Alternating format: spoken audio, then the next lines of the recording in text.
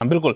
शिवम त्यागी, आपने सुना कंचना यादव कह रही हैं कि दरअसल ये भाजपा का मामला है, जो साजिश है उसके तहत चुनाव आयोग उसी के तहत मिलकर काम कर रहा है, और चुनाव आयोग का रास्ता जब बंद हो गया तब इनको आना पड़ा, सड़क पर उतरना पड़ा और वोट अधिकार यात्रा शुरू करनी पड़ी। ठीक है, मैं तो कहता हूं एक और फ्लॉप यात्रा के लिए शुभकामनाएं, और आशा है कि आप ऐसे ही जो है अगले 5, 10, 15, 20 साल जो है यात्राएं करते रहें और इस देश के सभी संस्थानों पर सवाल जवाब करते रहें। मैं एक चीज और मानता हूं कि जिस तरह से लगातार बातें की जा रही हैं एसआईआर को लेकर, कहीं ना कहीं दिखाता है कि स्थितियां बेहद खराब हैं इनकी पॉलिटिकल पार्टी की। एग्जाम्पल मैं आपको 2-3 देता हूं।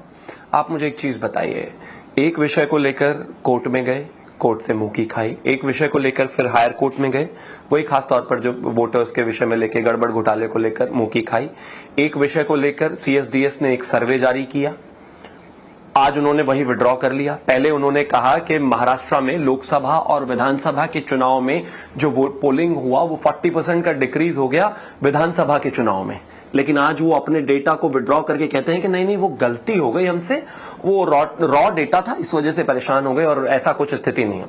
उसके बाद पवन खेड़ा जो बखेड़ा खड़ा कर रहे थे, ट्वीट डिलीट करके भाग गए।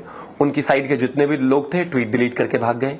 भाई इसी बात को तो कह रहे हैं, आप सीरियल ऑफेंडर हैं। आप चाहे चौकीदार चोर है का विषय हो, चाहे वो सावरकर का विषय हो, चाहे तमाम जगहों पर माफी भी मांगते हैं, कोर्ट्स में स्पष्टीकरण भी देते हैं। मुझे कोई कंप्लेन है, मुझे कोई परेशानी है, मुझे कोई दिक्कत है, मैं एग्जाम्पल किसी भी व्यक्ति से परेशान हूं तो मैं जाके क्या करूंगा? मैं Shivam Tyagi son of this address of this ये कहता हूं कि मेरे साथ इस व्यक्ति ने ये गलत फहमी करी, गलत चीजें करी और इसका बर्ताव गलत रहा, या उसने मुझे मारा या उसने मुझे पीटा। अगर कोई भी कंप्लेन करूंगा तो पुलिस में जाकर अंडरटेकिंग दूंगा ही ना। हर कोई व्यक्ति देता है। आप अलग से कहते हैं कि जो मैं बोल रहा हूं इसी को सच मानिए, बाकी जो सब बोल रहे हैं वो गलत है। मिंटा देवी का स्टेटमेंट आ गया, उनके ससुर का स्टेटमेंट आ गया कि वो 125 साल की नहीं है, जिंदा है और मेरे सामने और वोट करिए। इसके अलावा 45 वोट जो एक ही घर से निकले थे काशी में, उसका भी स्पष्टीकरण आ गया, क्लैरिटी हो गई। आज बिहार के जो महिलाएं लगातार और कुछ पुरुष लोगों को बुलाया था राहुल गांधी ने, आज वो महिला ने आकर कहा कि मुझसे तो बोला गया था ये कहने के लिए कि मेरा वोट कट गया। आप इस तरह के एलिगेशंस पर चाहते हैं कि जवाब दिया जाए, उस तरह की चीजें। सवाल जवाब का प्रोसेस होना चाहिए। सवाल जवाब के प्रोसेस में आप लिख कर दे दीजिए, क्या परेशानी है भाई? आप अपने चार्जेस पर 100% श्योर हैं। आप जो चार्जेस लगा रहे हैं उन चार्जेस में 100% दम है और आपको लगता है कि जो भी हो रहा है वो गलत हो रहा है, तो लिख के दे देने में क्या परेशानी है? मैं टेक्निकलिटी में समझना चाहता हूं। आपको मुझसे कोई परेशानी है, संस्था से कोई परेशानी है, उससे संबंधित राजेश राठौर जी, क्या परेशानी लिख के देने में? और जो फैक्ट है, कई सारे फैक्ट आपने रखे, मैं ये नहीं कहूँ कि सारे फैक्ट, कई सारे फैक्ट आपने रखे, उसको कई बार वेरीफाई करते करते आधे रास्ते में वो फैक्ट जो है सो गलत साबित हो गए, तो जिस आधार पे आप लड़ना चाहते हैं वो आधार भी कमजोर होता जा रहा है। लक्ष्मण जी, जिस आधार पे हम लड़ने के प्रयास कर रहे हैं और लड़ रहे हैं वो आधार दिन प्रतिदिन मजबूत होते जा रहा है। राहुल गांधी जी ने प्रारंभिक दिनों में महाराष्ट्र की बात की, फिर कर्नाटक की बात की, फिर महादेवापुरा विधानसभा की बात की, फिर महादेवापुरा विधानसभा क्षेत्रों में 6 महीना के गहन परीक्षण और सत्यापन के साथ उन्होंने तथ्य खोला, मीडिया के सामने खोला, और उसी बात को भाजपा के नेता अनुराग ठाकुर जी ने एक दिन में 6 लोकसभा की बात कही। चुनाव आयोग तो अब तक उनसे हल्फनामा नहीं मांगा है। तो जिस काम को हमें करने में 6 महीना लगा एक विधानसभा क्षेत्र में, उन्होंने 6 लोकसभा में किया। अमूमन आप मान लीजिए कि 30 या 35 विधानसभा क्षेत्रों में उनको एक दिन में डिजिटल डाटा किन्हें मुहैया कराया? क्या उनका काम चुनाव आयोग कर रहे हैं? ये तो मैं नहीं, ये तो अनुराग ठाकुर बोले हैं।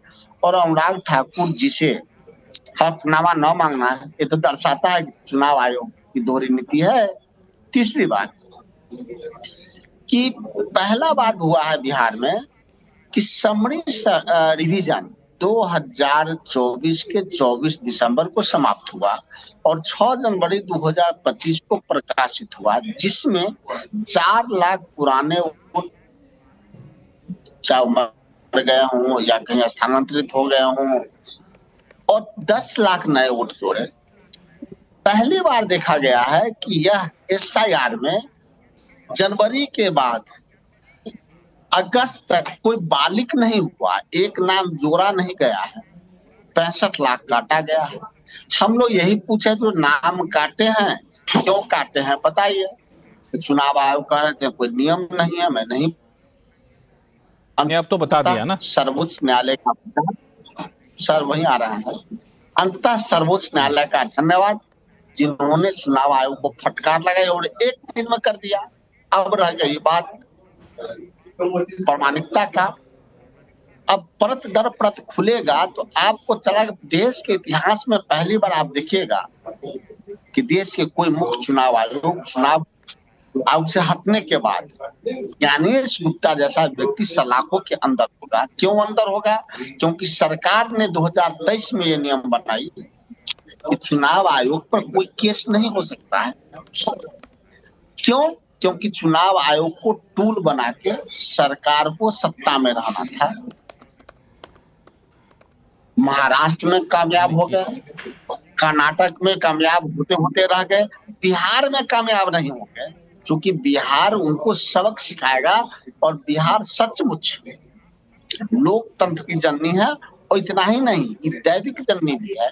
400 पार के इनके नारे लगे थे, सचमुच वो सत्य हो जाता, लेकिन जनता का अपार समर्थन उनको 240 पे रोक दिया।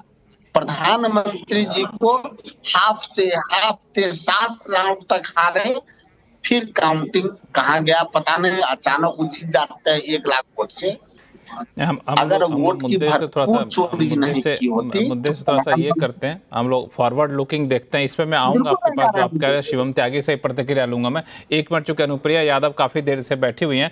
अनुप्रिया, जिस तरीके से वोट अधिकार यात्रा कर रहे हैं राहुल गांधी और तेजस्वी यादव, और मामला सिर्फ अब एसआईआर तक नहीं रहा, राहुल गांधी तो अब यहाँ तक कह रहे हैं कि अब आपका राशन कार्ड छिनने वाला है, आपकी ज़मीन छिनने वाली है। जब इस लेवल तक लोगों के बीच में प्रचार किया जाएगा तो जाहिर तौर पे वोटर तो वोटर हैं, सच हो या झूठ हो, कई बार भ्रम होता है, कई बार असर पड़ जाता है।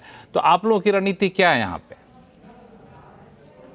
लक्ष्मण जी, कांग्रेस की जमीन जो है वो कई वर्षों से खिसक चुकी है बिहार में, और बिहार में वह आरजेडी के एक पिछलग्गू पार्टी के रूप में घूम रही है, जो अपनी अस्तित्व की लड़ाई अपने ही सहयोगी दलों के साथ लड़ रही है।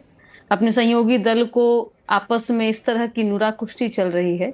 एक दल है जो ड्राइविंग सीट पर बैठ चुका है, उनके नेता, और यह अभी तक ड्राइविंग सीट पर बैठने के बावजूद यह अभी तक श्योरिटी नहीं ले पाए हैं कि क्या गठबंधन के ड्राइविंग सीट पर वो बैठेंगे कि नहीं बैठेंगे। क्योंकि आज आपने देखा होगा किस तरह से 2025 के बिहार विधानसभा में 2029 के लोकसभा चुनाव की चर्चा हो रही है कि आप यहाँ पे हमें मुख्यमंत्री का चेहरा बनाइए, आपको हम प्रधानमंत्री बनाइए। नहीं, अच्छी बात है, मुंगेरी लाल के हसीन सपने देखने का सभी को अधिकार है, देखते रहें। अब मैं विषय पे आती हूँ लक्ष्मण जी। 65 लाख वोटरों की बात चर्चा हो रही थी कि वोटर्स का नाम काटा गया है। आज बिहार में 243 सीटों पे जो विधानसभा इलेक्शन होना है, एक विधानसभा पे अगर आप अमूमन उसको कैलकुलेट करेंगे तो 300 से लेके 350 बूथ है, और 65 लाख वोटरों को अगर हम देखें तो एक विधानसभा में अगर हम मान के चले तो वह एवरेज 26 से 27 हजार वोटरों की होगी। और बूथों वाइज अगर हम देखें तो एक बूथ पे 70 से 100 लोगों का नाम कटा है। और अब तो वो वोटर लिस्ट जिन लोगों का नाम काटा गया है वो इलेक्शन कमीशन के द्वारा उस बूथ पे चिपका दिया गया है। अब काम किसका है कि बीएलओ के साथ में राजनीतिक दल के बीएलए, अब दो विपक्ष के यहाँ प्रवक्ता बैठे हैं। अब बताइए उनके बीएलए क्या कर रहे हैं? उनके बीएलए चले गए हैं यात्रा पे। राहुल गांधी जी को प्रधानमंत्री बनाना है, और तेजस्वी जी की तो भाई बात ही नहीं है, क्योंकि अभी तक कांग्रेस ने अभी हरी झंडी दी ही नहीं है। जो राजनीतिक दल को जमीन हकीकत पे जहां काम करना है, जहां पे जिनका इनका आरोप है कि जो 65 लाख लोग इन्हीं के हैं, वोटर है, तो आप उन वोटरों को जोड़ने का प्रयास कीजिए ना। क्योंकि अभी भी हम आज अब बात कर रहे हैं तो 10 से 11 दिन आपके पास में है जहां आप आरोप प्रत्यारोप कर सकते हैं। लेकिन एक बात कि जो विपक्ष मान चुका है कि उसने धरातल पे अपनी जमीन लड़ाई वो खत्म कर चुकी है, उसकी लड़ाई इलेक्शन कमीशन से लड़ने का प्रयास कर रहा है। देश के इतिहास में पहली बार ऐसा है कि एक राजनीतिक दल अब संवैधानिक संस्था से लड़ाई लड़ रहा है। और लड़ाई किस बात की है? लड़ाई कोई नई नहीं है। आपने लोकसभा चुनाव में भी देखा होगा कि कांग्रेस के लोग कह रहे थे कि भाई लोकतंत्र खतरे में है, संविधान की प्रतिलिपि लेके घूम रहे थे और कहे कि देश का संविधान खतरे में हो गया है।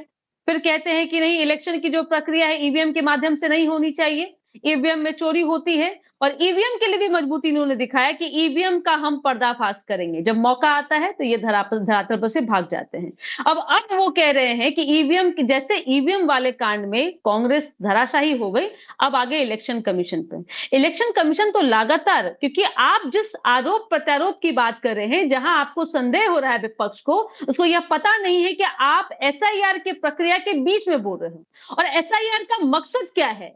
एसआईआर का मकसद हमारा एक ही है कि वैलिड वोटर छूट नहीं जाए। यहाँ पे जो शिवम ने, जैसा कि उन्होंने कुछ फैक्ट रखे, झूठे नहीं।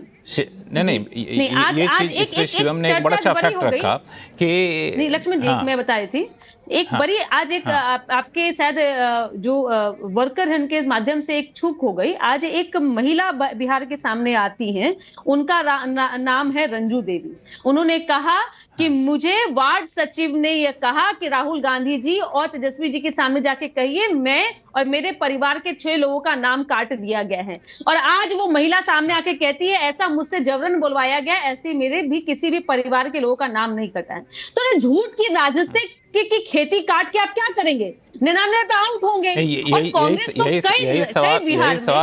यही सवाल अभी शिवम ने भी पूछा था कि जब आप चुनाव आयोग पर सवाल उठा रहे हैं, एक संवैधानिक संस्था पर सवाल उठाना तो ठीक है, आप फैक्ट के आधार पर आइए, आप कानून के आधार पर आइए। जब फैक्ट रखेंगे तो उसमें से अगर कोई फैक्ट गलत साबित होता है तो फिर वो आपके सवाल कटघरे में साबित हो जाते हैं। इस पे